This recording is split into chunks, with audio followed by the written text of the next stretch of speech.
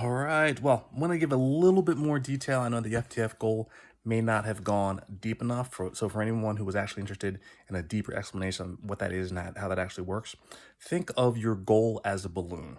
And with the FTF goal, you have fantasy, you have theory, and you have fact. And what the fantasy essentially represents, it's the mental picture of what that balloon will actually look like when it's filled, right? So a balloon floating in the air is that mental picture of what it'll look like, regardless of actually having the balloon in your possession or your control.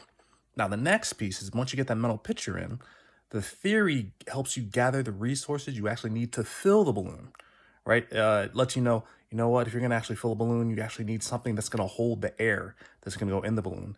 And you also need the air that actually goes in the balloon. So once you identify those two pieces and bring those together, that's what you need to make it happen, right? So that's theory. Last but not least is fact. So what fact is the action or the reminder to keep blowing in the balloon, or in other words, keep filling that air with balloon. It may not happen all at once. It may happen over time. But as you start filling that balloon, and as the balloon actually holds whatever is inside of it, it's going to start to grow, and that mental picture slowly starts to get formed. Now, this is a very basic example of how the FTF goal framework works, but hopefully it provides a very sort of easy to understand kind of idea as far as how that actually comes together. And I actually like using a balloon because to a kid, a balloon is magical and it kind of loses its luster as we get older. But the biggest piece is that this FTF goal framework, it should continue to be magical. The process itself is magical. Why? Because you're not really sure what will happen, but you have faith in yourself. And you just keep pushing forward because all the pieces that come together to make it happen are in your control. And you just have to make sure you don't forget that.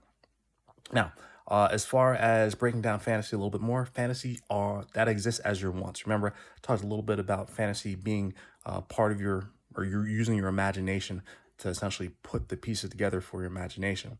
And when you write down your fantasy with a date, that's where the power comes from because your mind starts filling in how can you put all of these various things together within whatever deadline you actually create. And you want to make sure you use certain verbiage along with that. So I'm so happy and grateful now that everything that you're imagining needs to be in the present tense because that's what the environment you're essentially creating for yourself. And that's how you take something from an idea and help turn it into reality. Every time you remind yourself of whatever this idea is or whatever this fantasy is, it reminds you, keep working on this. It tells your mind, keep working on this. Even when you're not actively thinking about it, it's starting to become part of your muscle memory. So remember that. That's very important to keep that going. After you have that down in place and you have the details as specific as you possibly can with that fantasy, then you start moving into theory. And theory is this idea of space. I like to think of it as you're creating a space for this new idea or this fantasy to actually exist. So when you actually do that, you're putting reason behind whatever fantasy you previously had, reason behind whatever you're imagining. You're prioritizing it based on something that you actually want, right?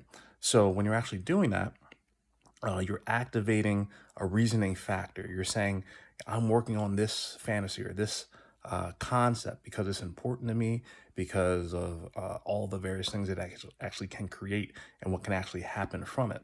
But within this whole idea of when you're creating space, there's two very important questions you actually have to answer.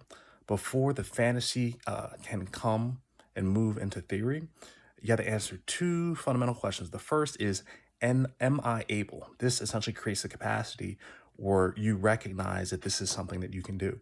You had to believe that, and actually the belief may not be something that's formed right away, but it's something that you have the capacity for. It may be hard.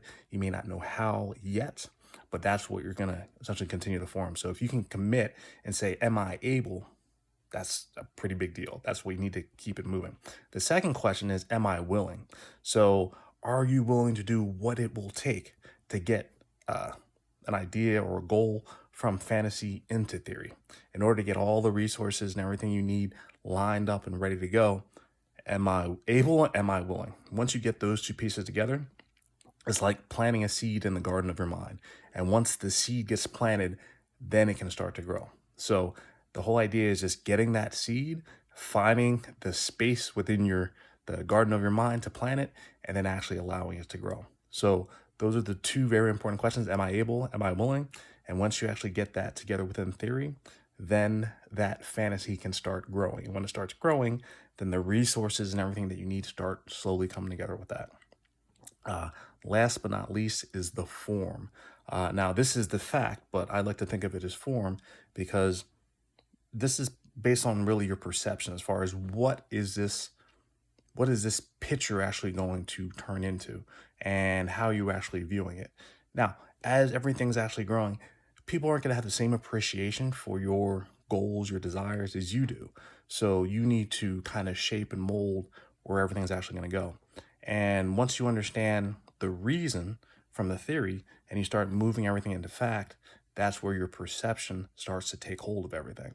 And this establishes the root of the creative process because once you actually get uh, everything, the fantasy into theory and then the theory into fact, then it's an iterative process. It can go right back to fantasy again. You can keep growing on it and it has that snowball effect.